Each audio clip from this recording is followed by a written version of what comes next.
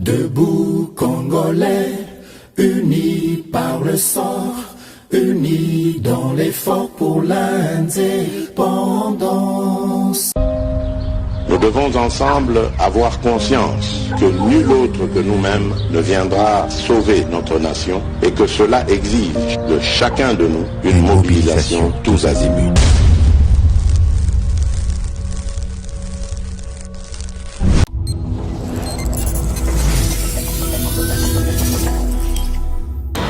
Boye malamu na GCAM télévision, fidèles abonnés, chers internautes, Nazana et Sengwakoye Babino, ébélé à travers République démocratique du Congo, à travers Mokili Mobimba Nabolandi, émission Nabino Yaba éclairé, debout congolais. Bipai Nyonso Bozami à travers Mokili Mobimba, na souhaité Bino, bon début des semaines. Merci pour la confiance Nabino, merci pour la fidélité. Justice Yanzambe iratakate, justice Yanzambe moto mokote Aisha Paka na contrôle nango maloba wana soki ezangi émission ezangi saveur boyi malamu ke maloba wana ya accompagnaka toujours philosophie émission oyo pour na ko rappeler na biso ba commun de mortels que justice Yanzambe pe ezalaka soko zo sala mabe okanitso za yanke biso tokoka ko stopper yo te yeba muta ko stopper yo azali si ce n'est pas sur cette terre même dans l'au-delà tu finiras par payer les prix de tes actes. Ce qui pose au kanisaki, nazo sala nankuku, bakomona ngate, naza plus malin, yeba ngo koza komikosa, nasa moyo yo, nyonso, to salaka, elekaka inaperçu te. Ce qui bato ba moniote ko kanisate ke motope azomona yo azate. Un jour ou un autre, tu finiras par récolter la semence de tout ce que tu avais sémé. Donc, kolone la bana mabete pour bakoma koluka ba pasteur balongola ba malédiction likolo na bango alors que yo tata mutozala ki moyibi to pe yo tata mutozala ki ndoki. Na lombango na ken émission boyebi ete actualité nde sangisaka ngai na bino actualité ya mbwezali ete Félix Tshisekedi a invité ki bongo président burundais Evariste Ndayishimiye ezali pe bongo yende muto azali mokambi ya sikoyo ya communauté des États de l'Afrique de l'Est. Au menu, il y a des échanges na bango, coopération agricole, makambo etali banzela, duplication ya ba modèle makambo nyonso ezali collier République démocratique du Congo na Burundi. Kasi na masolo na bango, bango ba manyola ki pe makambo etalaki avenir ya force régionale na République démocratique du Congo.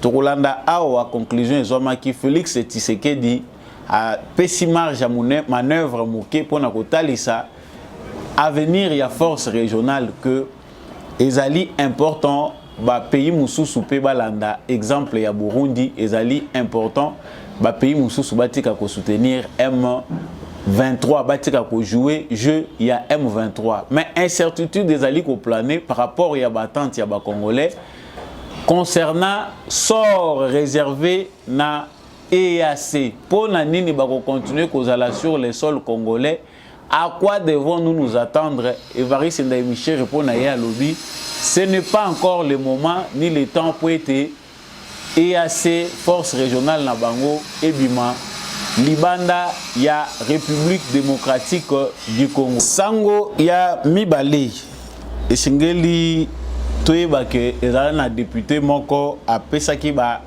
affirmation na ye na élocution na ye que 500 millions de dollars ezali ko échapper na contrôle ya trésor public mbongo ezali ko yibama ya akizaki ministre ya finance Nicolas Kazadi ministre ya mine alobi ete mbongo ebele ezali ko kima ko échapper na contrôle ya République démocratique du Congo à cause ya ba contrat to pe situation moko ezali créé à travers Primea Gold Mbongo ebele ezali kokima na République démocratique du Congo. Nicolas Kazadi azongi pona ko éclairer opinion concernant ba affirmation oyo bayeba Primea Gold ezali nini entreprise oyo et permettre que l'État congolais alongwa na exportation oyo yebani officiellement kaka ya 30 kg ya pamba ya or vers des tonnes.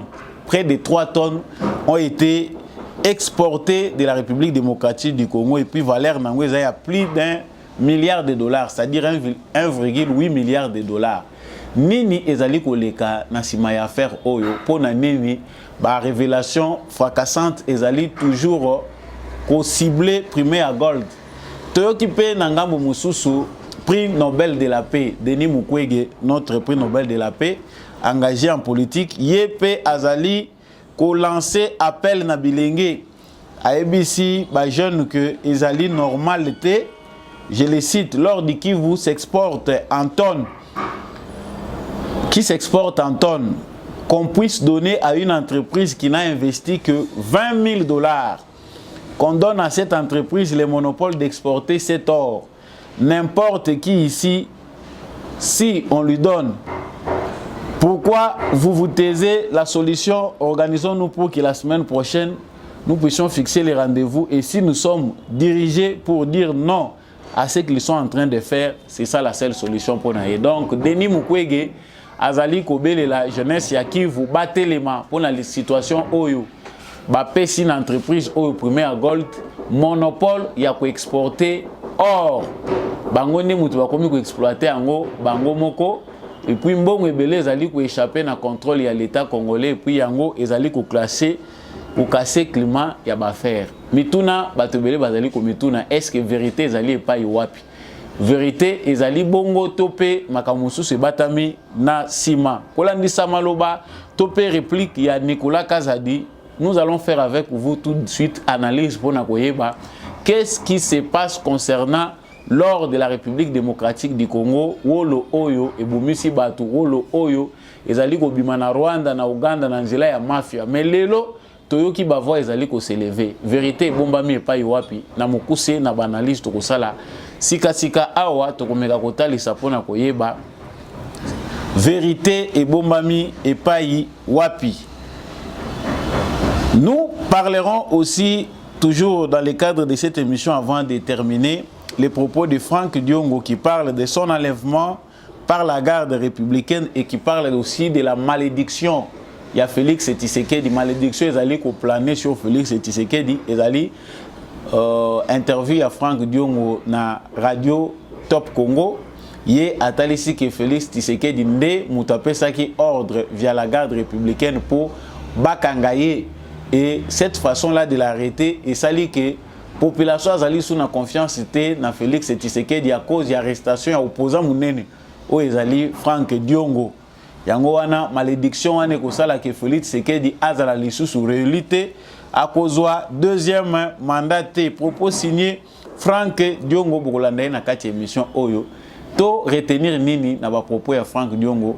Voilà l'essentiel des points que nous allons développer avec vous tout à l'heure à travers bien sûr l'analyse et les décryptages.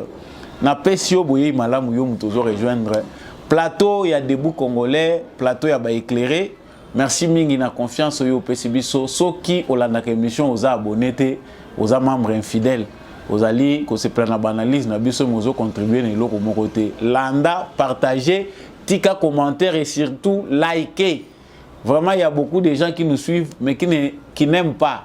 Biso tozali ko s'évaluer pour total ndenge bino bozola d'émission na bino, est-ce que vous appréciez? Ba indicateur eza na se etandonayo, il faut aimer, liker l'émission, au tikel biso pe commentaire. À partir de wa pozolanda biso, ozali ko soutenir ba mapinga na biso FARDC, bana batu bazobete la mbula na bazamba, bana batu bazako kufanzala na bazamba, ba mimi minduki pona défense intégrité territoriale. Il faut pe ko sala bango plaisir. Kotika ka commentaire ya soutien, balanda ka pe biso ezali malamu. Donc continuez à partager l'émission. Je remercie sincèrement bandeko bazolanda biso à partir de Riyad, en Arabie Saoudite. Laissez en commentaire votre ville aussi. Ceux qui n'ont pas yote na yebi ke tokotanga yo bandeko Lubef, bandeko bozolanda biso à partir de Louezi na Congo central. Bandeko balandi biso pe na Nganda Njika. On est ensemble maintenant tozongi na émission. Bon continuer kokota. Félix Tshisekedi ayambi lisusu Evariste Ndayishimiye, président ya Uganda et ya Burundi pardon. Uganda Museveni kangaminga na munoko. Donc le président burundais est venu essentiellement sur invitation du président Félix Tshisekedi à la une, il y a un échange na bango, coopération bilatérale entre les Burundi et la République démocratique du Congo. Agriculture na bango, les Kamwetali Banzela, ba échanges commerciaux entre les deux pays, et zalaki au menu, il y a un échange na bango. Kasi mingi les Kamwezota la intérêt ya Congolais na beaucoup tani ya président Félix Tshisekedi, na président burundais Evariste Ndayishimiye, intérêt ya Congolais ezali epa iwapi.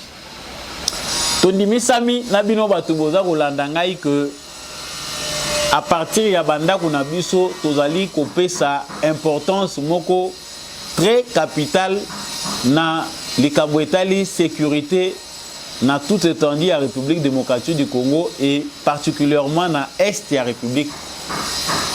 Vraiment, Congolais n'ont soazali soucié que Toyoka lisusu mando ki kolelate. Mais Evariste Ndayishimiye azali pe président ya EAC, Communauté des États de l'Afrique de l'Est. D'office makamunyon so ba réunion à EAC to monaki récemment ezali ko s'est passé toujours et pas inaye na Burundi. Souhait ya biso ba Congolais.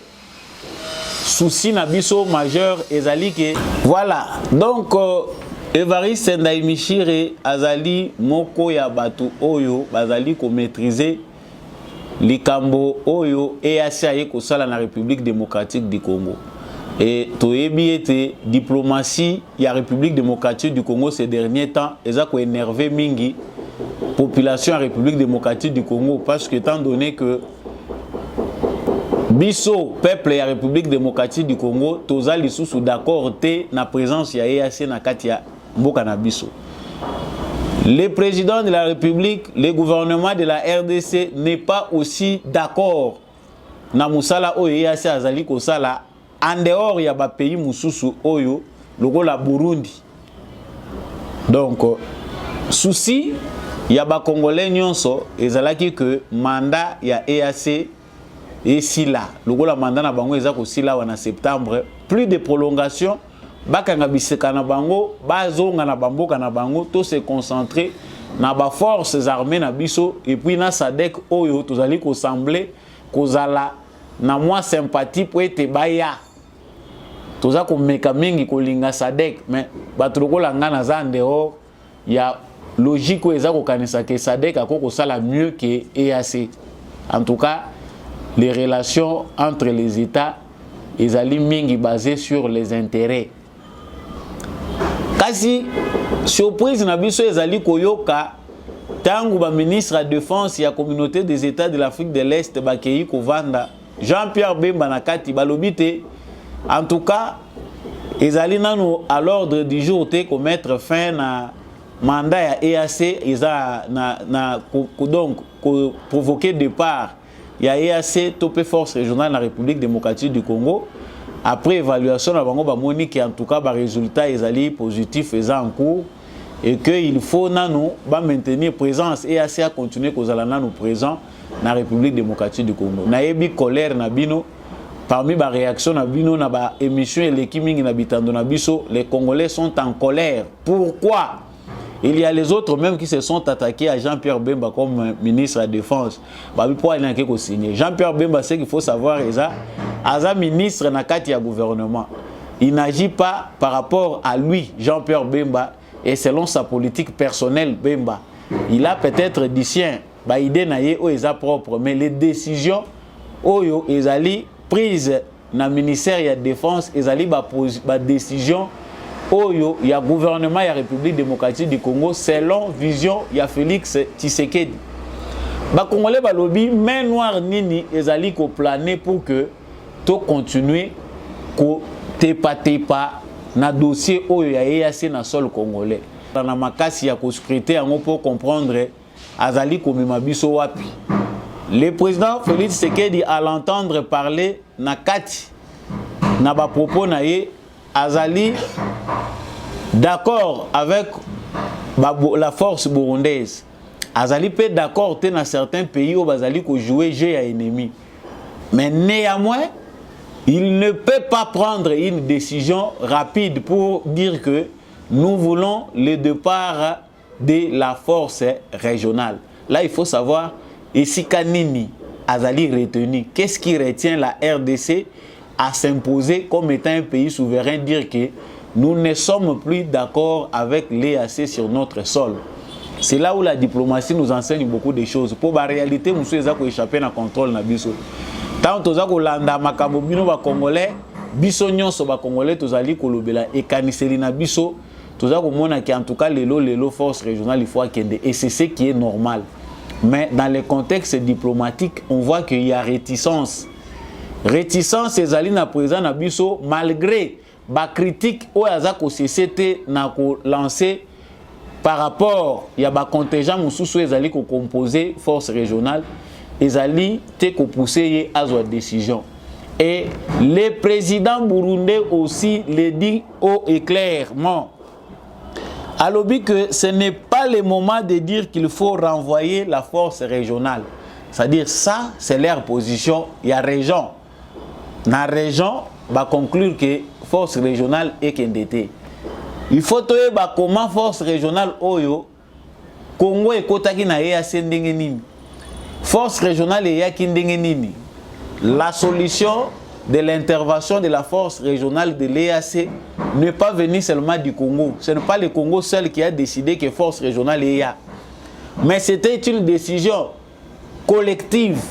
C'est-à-dire, tant que une décision collective, on sous-entend que le pays à région, la communauté internationale Mobimba, Nations Unies, Union Européenne, États-Unis, Grande-Bretagne, pour ne citer que ce pays-là, Bazali Sima, il y a décision où il conduire que force régionale composée, il y a des pays, il y a région de l'Afrique de l'Est et il y a la République démocratique du Congo pour intervenir par rapport, il y a avancé, il y a des forces rebelles dans le mouvement M23 principalement. Donc ce n'est pas une décision qui a été prise par la République démocratique du Congo seule. C'est de là que lorsque tu as analysé les propos du président Félix Tshisekedi, parce qu'il a dit même qui vivra verra. C'est-à-dire qu'il y a des choses qu'il ne peut pas dire comme ça à haute voix. Malgré colère, il y a biso Yepé Azali pour intérioriser colère Wana. Lorsqu'il aborde ces sujets, il n'a pas de mots justes. Il est obligé de se justifier face aux Congolais, de créer des termes qui font que Azalana maîtrise la situation de gauche comme à droite. Parce qu'à gauche, il y a les Congolais, Oyo, Bazali Bagardi à souveraineté na bango, na sauvegarde d'intégrité na bango. De l'autre côté, il y a toute la communauté internationale. Oyo, Azana bango na bitumba, pour tout imposer bango, vision na biso ba Congolais. C'est là où ce n'est pas facile. J'ai fait ces analyses pendant plusieurs fois pour nos compatriotes na biso que c'est si simple pour nous de condamner notre gouvernement qu'ils sont en train de nous trahir. Parce qu'il y a là quelque part Batu Oyo, Bazali, qui vulgariser campagne que le gouvernement et la RDC doit agir en traître face à l'avenir et à la nation. Pour nani qu'on continue qu'on bombe EAC sur le sol congolais. Pour nani te corrompre rapidement na Batouana, bozo qu'on continue qu'on garder bango pour nani. La logique d'État, la logique diplomatique n'est pas semblable à notre logique lorsque tout ça qu'on réfléchit comme étant des citoyens. Lorsqu'on est au sommet de l'État, on a des informations qu'aucune autre personne ne maîtrise. L'information, on va partager. Le complot contre la RDC, on va comme information, c'est-à-dire la conclusion, le gouvernement et la RDC, des fois, ils vont aller à l'encontre de ce que sont nos fermes convictions. Donc ici, Félix Tshisekedi est face à une menace internationale. Félix Tshisekedi est face à une décision internationale. C'est-à-dire, les principaux bailleurs naye, baboyi, départ et force régionale. Pour Nabango, Félix Tshisekedi, il faut continuer à gérer force régionale. Yo président de la République démocratique du Congo, tu éviter au Kosalanine, na situation oyo en plein armée nayo eza en plein essor. L'armée de la République démocratique du Congo est en reconfiguration. Tozali ko bongisa yango lisusu, ko équiper yango, ko former ba bataillon asika, kozongisa ba unité oyo ezalaka lisusu te, kopesa bango ba équipement, tout ça c'est du travail qu'il fait. Parce que l'opinion internationale considère que le Congo n'est pas en mesure, n'est pas encore jusque-là en mesure seul de prendre la défense. Donc les Congolais ne sont pas encore en mesure de prendre la défense de leur pays. L'armée congolaise n'est pas en mesure d'endiguer tous les différents problèmes sécuritaires au Ezali na territoire na bango. Voilà pourquoi lorsqu'on va en diplomatie, ba diplomate, ba différents pays, bazali ko imposer na RDC logique yake, il faut ba force wana bazala. Mais entre autres, au moni ba critique président Félix Tshisekedi aza ko continuer ko pesa, ezali na ba contingent au baza ko jouer jeu ya ba ennemi. Qui vivra verra, ça dit beaucoup. Nalinga aussi saka parenthèse au point koyebisa biso ba congolais que chers frères congolais, l'avenir est entre nos propres mains. Pensez que Tshisekedi à lui seul a le monopole de décisions salvatrices, c'est se tromper. Tout ça qu'on comprend de te bango, ceux qui congolais a télémi aza debout de bazo banga. Effectivement les Congolais sont debout, mais ici il faut une sagesse pour sortir de ces pièges qui nous sont tendus. Parce qu'ici Tshisekedi azali nanzunzu azana kanda lingi que a fait changer makambumbala moko. Il faut ici tout mettre fin à la guerre oyo. Bango pe na complot na bango balingi que va faire échouer à travers des décisions brutales, à travers des décisions qui vont couper les ponts. Baloba que non voilà, ils se sont rebellés, baboyi kozwa ba recommandation na ba directive à communauté internationale et comme d'habitude, ils vont être ensemble contre nous parce que baza déjà ensemble. Bango toza ko bunda kaka na pays moko te na logique moko ou bien Rwanda, mais toza ko bunda na ba logique ebele bato ebele baza ko wela ba intérêt na bango. Ils sont ensemble lorsqu'ils veulent avoir quelque chose na Congo.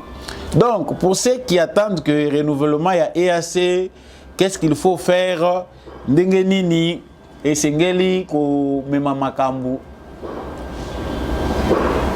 Prenons notre mal en patience en comprenant que je l'ai dit toujours qu'il y a une marge de manœuvre entre ceux qui dirigent et nous qui sommes dirigés. Et par rapport, il y a des sanctions,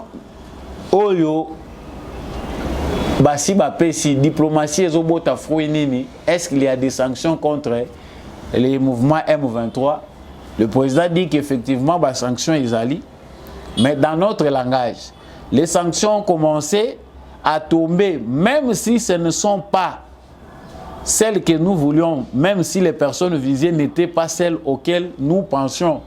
Mais il y a du mouvement sur les fronts diplomatiques. Je vous laisse d'abord le suivre de lui-même, puis nous revenons. Diplomatique, je crois que pour certains observateurs, en tout cas, on pourra voir qu'il y a quand même des fruits, il n'y a pas de déception totale.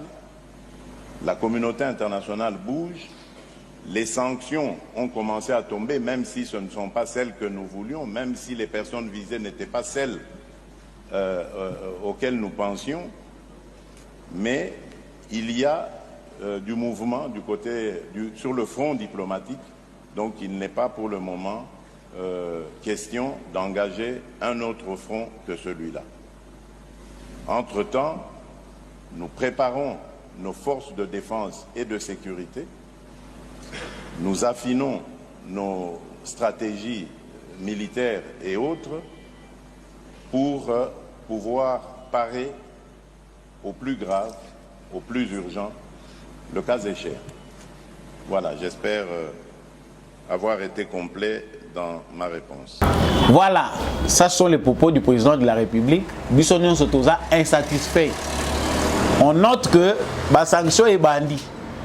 Mais la sanction est satisfaisante. Il y a quand même un mouvement parce que les bandits sont sanctionnés. Mais les personnes sont ciblées. Parce qu'ici, Félix Tshisekedi fait allusion au commandant, au général rwandais qui est sanctionné. Ça n'a rien à voir. Tant que James Kabarebe bazakuna, Bizi Makara bazakuna, bato bazakuna, James Kabarebe baza visé, mais on ne les touche pas. Bato baza censé baza la cible, baza ko citer bango même pas. Mais ils vont citer le général moko rwandais, ale baye pe nanga muna biso, ba sanctionner biso. ils veulent créer de l'équilibre. Ça dit ça, ce sont les propos du président de la République, mais dans les propos bruts. Parce que Bisso Awa, tous en a droit à jouer un euphémisme, on dit les choses telles qu'elles sont. Les gens ici n'ont pas encore pris des décisions satisfaisantes par rapport aux retombées diplomatiques que nous attendons.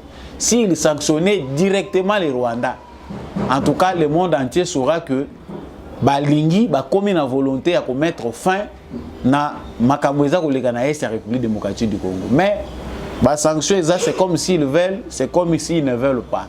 Nous nous concentrons sur ce qui sera notre armée. Parce que, pour conclure, parenthèse, Oyo, président de la République, Félix Tshisekedi a couru Kolobagnon sauté. Mais les Congolais s'organisent aussi. Crainte na bango munene to mona ki États-Unis awa mbangu na ba déclaration non to lingi problème nyonso ba différents ils la résolu de manière diplomatique par les dialogues tout ça parce qu'ils ont compris que ça s'organise au Congo.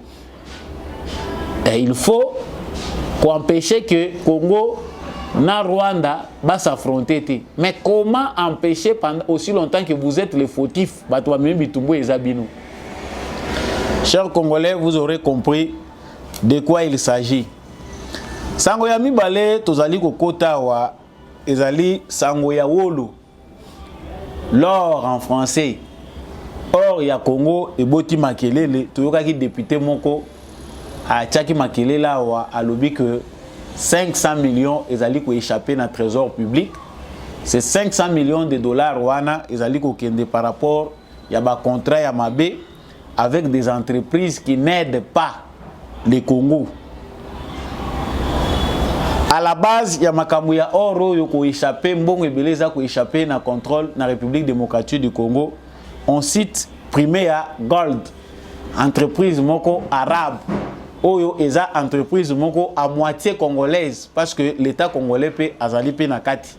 Ce n'est pas une entreprise. Oyo ezwami kaka boye. Mais entreprise Oyo Bazali ko accusé en balobi que cette entreprise est en train de voler les intérêts du Congo. Or ya Congo et comme ko son entreprise wana et les contrats ont été mal négociés parce que les Congolais ne gagnent pas. Il y a une situation de monopole. C'est-à-dire l'État congolais via ministère ya finance, ministère ya mine, basali contrat Oyo to ko benga léonin. Ils allaient bénéficier de la nation parce que va créer les premiers à gold situation à monopole pour y bénéficier d'un avantage et que situation où ils allaient profitable était dans la République démocratique du Congo. Nicolas Kazadi était accusé. Ministre Yamine P. Azalaki accusé. Dans la même situation où Nicolas Kazadi se défend. Pour le gouvernement, il y a République démocratique du Congo, entreprise primaire Gold, et à moitié, il y a gouvernement congolais. Quand on dit à moitié, c'est que le gouvernement congolais a sa part de 45%. Pourquoi avoir créé cette situation dans l'entreprise où il y a Sikana Congo? Les résultats peuvent déjà nous dire. Cette année, l'entreprise primaire Gold d'exploitation est or. Parce que les exploitations artisanales, les exploitations industrielles, cette entreprise-là a réussi à officiellement exploiter de manière officielle, toujours récolter 3 tonnes. Il y a or. Mais or, wana et la République démocratique du Congo, des années et des années, des décennies et des décennies par des voies illicites. Or, wana la République démocratique du Congo, yango muteme makaba guerre à l'est de la République démocratique du Congo. L'Ouganda exploite cet or-là de manière clandestine. Les Rwandais exploitent l'or du Congo de manière clandestine encore. Tant que on voit des miniers, entreprises Oyo, exploiter or na Congo et belé, la situation à monopole Oyo, reconnaître dans l'État congolais. Parce que l'État congolais, ceux qui ont une entreprise sérieuse, il y a Congo, Oyo, bazali ko exploiter or. Et puis traçabilité zali, ils ont permettre que ba tracer, bozali ko exploiter autant de kilos, ba noter na moi tel, tout sali autant de kilos, ba noter et puis ils ont classé. Je ne pense pas que le gouvernement congolais a na liboma ya ko zo ba intérêt ya ba congolais a memango libanda. Mais on sent que depuis situation il y a or ezali mise sur transparence dans la République démocratique du Congo batumsu bazana kimiate. Parce que biso toza ko se focaliser na ba chiffres. Les députés qui parlent de 500 millions n'ont ni donné les détails parce qu'on doit avoir des détails clairs qui montrent que les Kambo yonga nazali ko affirmer za ya solo 500 millions de dollars. Est-ce que koki kozala détailler toyeba ebimaka ndenge nini? Babimisela kango na voix nini? Cette exploitation là passe comment? Par primaire gold ya exploitation ezali na journal officiel ezako leka toyebi ba komi na 3 tonnes. Pour na biso ba congolais, c'est satisfaisant parce que il y a traçabilité par rapport à l'exploitation de l'or. Du moins à partir de cette exploitation contrôlée par l'État congolais, dont l'entreprise primaire gold appartient, entreprise primaire gold des alliés à l'État congolais. Azui ba actionnaire arabe parce que bazali très connu dans le milieu ya affaires ya or. Ezali facilitation si l'État congolais avait une expertise à partir ya biso awa que na milieu esika wapi baza koteka or biso pe ba congolais toza na expertise wana tokota ka babisika wana mingi awa bazali qualifié te na vente ya or. Or biso toteka na Congo elekaka na banzela ya mafia. Et côté na ba pays voisins de bazana agenda wana. Vous voyez que le Rwanda vend l'or, l'Ouganda vend l'or, na ba entreprise minière, ba entreprise moko ezali très connu et puis or wana baza ko teka ngo pe ya qualité. Mais biso Congo tozali ko teka or à travers exploitation ya bana na ba mine. Ba politiciens congolais, ba hommes d'affaires congolais en connivence avec des hommes d'affaires rwandais, ougandais, boza ko teka or na bino na ba prix na ba pays voisins ezobimela na nzela ya mafia. Mais la diplomatie de Félix Tshisekedi fait que toyebi ke moyibi ezali, mais mettons de l'ordre. Engageons des investisseurs sérieux. Awa nani député wana congolais alobi que c'est $20,000 mbongo au premier gold à investir na Congo a tchaki eza $20,000. Et plus loin parce que parenthèse alingina fongolisa important. To comprendre à qui profiter les désordres oyo ezalaki na makambo etali or. Denis Mukwege, prix Nobel de la paix, tient des propos devant des jeunes na conférence naïe. Qu'est-ce qu'il dit aux jeunes? Je les cite parce que faut autant à maluba naïe na pese malubo ezaya yete. Denis Mukwege dit aux jeunes: vous avez tous suivi une vidéo qui circulait où un député de la place dénonçait une société qui a le monopole de tout l'or du Kivu en investissant $20,000. En investissant ces montants en complicité avec nos autorités. Ils font perdre à nous tous, puisque cet argent nous appartient, $500 millions chaque mois. Ça ne nous révolte pas. Les Émirats arabes n'ont pas besoin de l'or congolais. Ils ont beaucoup de pétrole. Pourquoi ils peuvent venir ici pour payer 500 millions chaque mois de peuple congolais? Ça, c'est des déclarations.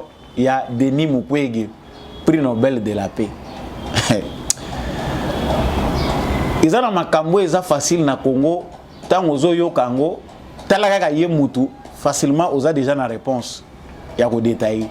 Quand Denis Mukwege devient spécialiste de l'or congolais, il comprend que à travers Primaire Gold, nous perdons avant tous aïe perdre était na yebité. Parce que cette situation existait depuis longtemps où l'or du Congo sortait par des voies illicites. Ezako bimana Ouganda, ezako bimela biso guerre. Ezako bimana Rwanda, ezako bimela biso guerre. Or, ya Congo. Denis Mukwege n'était pas là. Est-ce que awa Denis Mukwege qui a créé une entreprise, le rôle a un carnet d'adresse, il y a des français, il y a des anglais, il y a des américains. Qui Denis Mukwege a la diplomatie a créé une entreprise, or ils a exploité de manière normale, comme ça, millions autour de chers frères congolais, vous comprendrez à qui bénéficient les crimes. Pourquoi Denis Mukwege doit avoir son hôpital de Panzi et la guerre doit continuer, va continuer à Kombo. Il parle de $500 millions qui échappent chaque mois. Parce qu'en temps intellectuel, tant qu'on a déterminé au lobby 500 millions.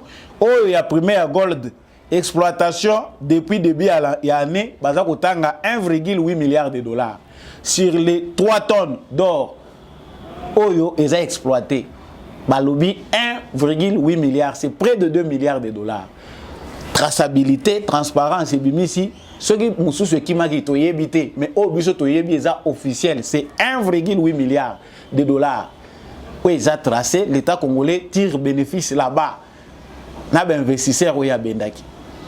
Bon, ici, Denis Mukwege demande aux jeunes, de manifester, ceux qui ont mis 10 000 dans Zéla, botelemi bolobi, tous ont manifester pour la situation où on a vu ceux qui ont pétrole. Les Arabes, situation à pétrole, les Bango, ils se sont organisés pour bénéficier de leur pétrole. L'or congolais a besoin de gens sérieux. Au bako traité na biso partenariat gagnant-gagnant. Baza kozwa ya bango biso pe toza kozwa part na biso. Eza ko mona na ke na trésor public na biso mbongo ekotaki autant pour na or.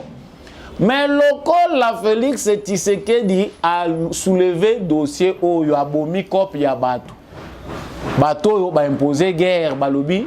Pour na bango or il faut milaka na bavoi wana boko mona bango bako bima. Campagne nyonso toza ko mona manipulation parce qu'on attendait que ces députés là nous amènent une démonstration. La démonstration devait être laquelle? Les 500 millions que lui a reçus a bien chiffré. Après sa biso orientation, comment on arrive à 500 millions le mois? Et ça ko échapper na contrôle ya l'État. Les ministres et la finance à Yebi, ministre et Mine à Yebiango. Vous verrez que cette campagne médiatique, où les alliés Kobima pour révolter certains citoyens, où ils sont sous-informés, sous-informés na Kivu, et les alliés de résistance ya bateau yo, bazaye ko bénéficier na or yo bandakala. Les gens qui bénéficiaient de cet or, parce que tozi premier gold totia, premier gold, babandi kaka tolo bané oyo. Bah, comme société ou comme officiel. Société paie à l'État congolais. Pour mettre fin à l'insécurité, gérer ce secteur-là qui nous amène des guerres. Bitumba musus toza komona ezali à cause de l'exploitation wana illicite. Lokola tosolo lina ba pays voisins. Vous avez besoin de l'or. Venez par la voie officielle. Lokola ba yo kité Félix Tshisekedi a bêti campagne na ye pas Émirats Arabes Unis. OK. Biso to kobanda ko ya ko somba ngona voie officielle to ko exploiter clair toza ko zwa bino pe boza ko zwa match betami. Nous sommes fiers parce que grâce à ces partenariats qui a engendré Primera Gold tozali au moins la traçabilité ya or na biso le lot or ya l'état congolais yebaki officiellement zali ba 10 kg 20 kg 30 kg de or au l'état congolais a exploité alors que toza na or ebelé na mabelé na biso. Pendant ce temps-là, l'Ouganda azali kobimisa exploitation à or moko likolo bazana ngote na mabele na bango. Et même si bazana ngo bakoyi ko atteindre production ya ndenge wana te. Chers frères congolais, même ceux qui bako manipuler biso ata toza ba analphabète, nous avons quand même le temps de nous poser des questions. L'or qu'on va exploiter au Congo pour avoir 500 millions et qui manandinga mopepe. Oui. Bamadoussou et Zanano, où l'État congolais a bunda pour nous boucher. Mais qu'on ne nous envoie pas à combattre cette société qui contribue aussi à mettre fin à l'insécurité. Or, nabiso, ba minéré nabiso, les ba exploita kango, na batu oyo, toza koye bate. Et bimaka na ba frontière, na ba voie où eza yangote, et occasionnaka ba guerre. Ils allaient exploiter na bateau yo to moni bilongi toza ko yeba eza ko bima na voie moko officielle. Donc chers frères congolais, chers frères de l'Est, chers frères de Kivu, si vous avez été berné par les explications d'un docteur qui est devenu politicien mais qui ne veut pas accepter sa situation politique, voilà la vérité. Vérité eza bitumba. Bateau yo baza ko sala business ya makila na ba minéré. Chaque fois qu'il y a une décision qui est prise au sommet de l'État qui va dans le sens de nuire à leurs intérêts, bango wana nde bayaka ko manipuler na ba médias et les députés et des journalistes ya kolokota. Donc vous l'aurez compris que Denis Mukwege n'a rien à nous expliquer. Toza ko senga na docteur na biso en tant que scientifique parce que au Congo toyebi na biso que ba gynécologue na biso baza capable lelo ya kozala na bango ba spécialiste na mine pe kopesa biso ba explication claire. On ne sait pas ces sources d'information, mais qui nous explique clairement les 500 millions oyo yé pas andimi à parrainer ay biso pe tozala clair au moins toyeba makambo eza koleka kuna to fongola miso. Actualité ya suka toza ko suki sanango awa ezali ya vient na biso Frank Diongo qui venait de sortir de prison a multiplié ba déclaration naie politique. Avant tout ça, la commentaire nyonso na tiki bino bolanda maloba na yemoko de sa propre voix et puis nous revenons. On a eu différence entre régime à Kabila et Tshisekedi par rapport à traitement et opposants. Problème maintenant nango circonstance oyo na contexte o bakanginga na de bakanginga moto moko te akiko. Oyebi ka arrestation ngai et inisi Félix na ba congolais. Vous assure que la population est unie. Mais je t'ai dit qu'à cause de l'élection, alors que renouveler confiance pour la deuxième mandat. Et lorsque Félix a sali à Kukanganga, à pêcher au dénageur Bakanganga, à comprendre, ils ont mis le clip malédiction. Ils ont mis le clip malédiction. Écoute-moi, je suis quand même le compagnon de son père. Il faut banga mokili. Je suis comme le compagnon de son père. J'ai sacrifié toute ma vie pour le combat de ce pays ici. Et puis, dans ça, l'autre côté, bah, monter le kalukuta, et puis, à autoriser Yango. Et puis, à autoriser Yango. Il y a des personnes d'assurance que, non, moi, on a bien. Oui, bien que je suis quand même, motumoko oyo, alobaka bosembo. Mbokezo kamba mama B. Félix, à cause de deuxième mandat. Alors, alors non moni balobi ke Frank Diongo mutu azalaki parmi batu oyo basali désordre wana mais mutu oyo baiko koma but siko ba na moni na ka koma na kana ndolo parce que na demia bazo ipsangati mukana bien dikuna moni. Oui, parce que na demia pour salaki 18 jours na ndolo salaki 7 jours une semaine presque un mois au total plus de 26 jours. Donc, nous avons un billet de crou ya kuna na ndolo comme na prison. Na prison voilà na pardon. Prison. Ndio mona kuna ba commis détention illégale d'armes. Uso mona mutu oyo azana mikanda nyoso. Parce que ce qu'on a na permis à ministre et revolver ya muke et commis illégal, c'est-à-dire batutu ya ne ba arme bazana ngo isa illégal. Civil ou illégal, tous les conseillers du président, toute la famille présidentielle, tous les députés, donc tous les magistrats, c'est-à-dire Mototou a un revolver, ou ils ont permis à ministre à sa détention illégale des armes. Bah, condition de détention, vous allez décrire. Elles vont comprendre. Ok, donc, parce que sont trop cher. De comprendre, vous avez la situation de détention. Donc, ils ont un montage qui est simbité. Ok. Yango pe simbité, ya arme simbité, ya obakino bakangilinga simbité. Condition nous a qui détenu na kati ya demiap. Na depi na droit à un avocat, na droit ya un médecin ngate, na droit ya visite à famille. Donc si quand on obéla qui na sala ki au dénoncer ndengeni ni ba médecin il y a garde républicaine bazwa qui soigne yo non ba médecin bato ba MSA garde républicaine qui kunati donc pas que il faut que ba bosembo bato oyo garde républicaine bazwa qui utilisé en civil. Voilà, Frank Diongo revient sur ce qu'il avait déjà dit, son enlèvement par la garde républicaine. Mais Félix Tshisekedi ayeba que malédiction eza likolo na ye. Tshisekedi aza na malédiction. Frank Diongo aza grand opposant politicien ya munene. Mais batu nyonso babayaki ndenge akangaki Tshisekedi. Ndenge akangaki Frank Diongo. Frank Diongo est allé en prison alors qu'il n'ayeba ki eloko moko te. Yango batiaki nga na prison pour empêcher ngai en tant que candidat moko azo peser pour na gêner été Donc, tu sais qu'il y a eu une malédiction. Moi, j'ai combattu mon combat, tout le monde le sait. Moi, je comprends qu'avec cette allure, Bissonion sur les Congolais, tu vas finir par comme un comédien.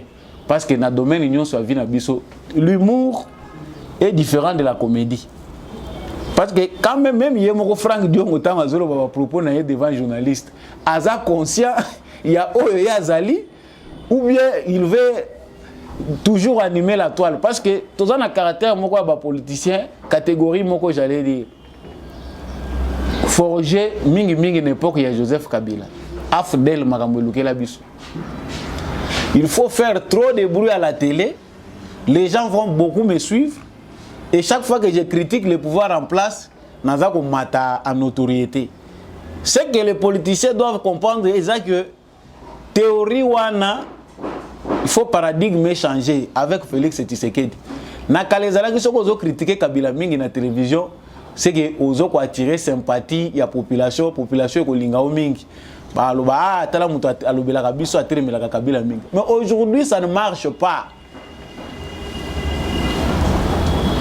Franck Diongo, le meilleur opposant, Félix Tshisekedi est sous la malédiction. Même bateau baza ko landa yo na télévision, ba komi ko comprendre finalement que vieux a komi na yo muto ya maboke azo sala théâtre. Il y a des points importants. Ce qui muto azali penda opposant à solo azana bolingo mboka oyo a koki ko critiquer pour aider Félix Tshisekedi à travailler, à aller encore de mieux en mieux. Félix Tshisekedi c'est un candidat félicité par beaucoup, analphabète comme lettré. Moutounion soit koki azan élément. Ils ont dit que Mouto yo solo aza Mouto biso to lingaki. Quand on veut critiquer une telle personne, il faut avoir un niveau d'intelligence pour arriver à détruire, pour permettre que à pousser les sous musique action pour le bien du pays. Mais quand à la place de l'opposition, on a des comédiens et des gens qui n'ont pas l'amour du pays, ça donne ce qu'on vient de voir là.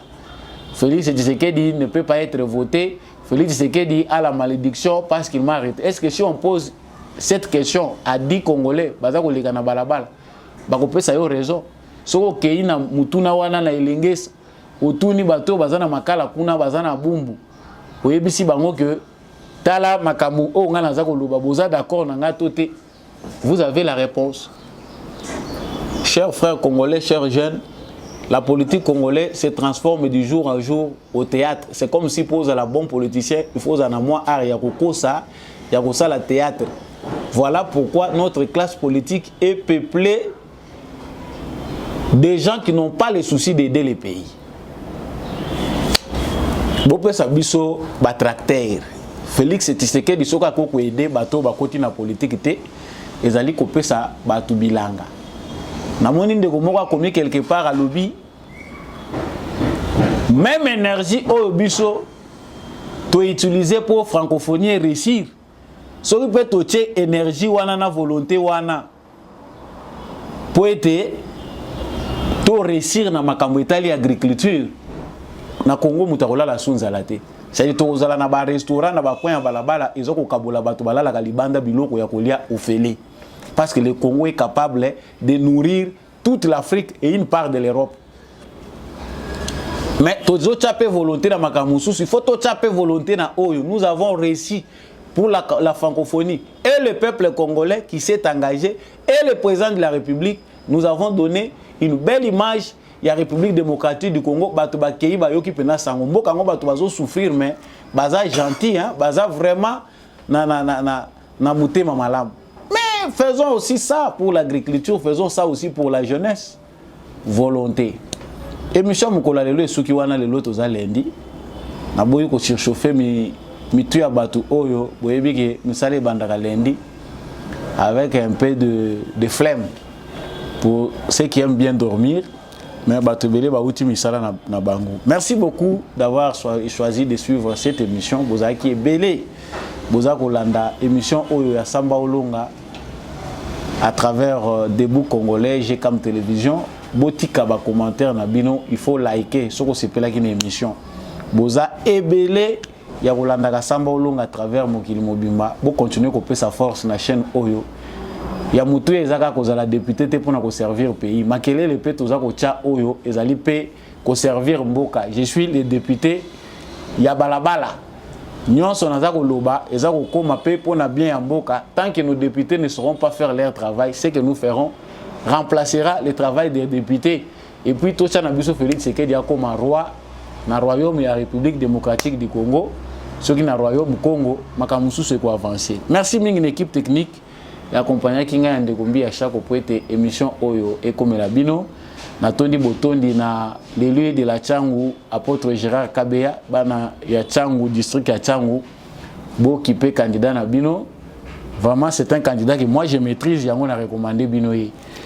Merci mingi na l'homme de la vérité des urnes Jean-Louis Timbalanga. Je remercie aussi mon vieux Maurice Kikangala depuis l'Irlande.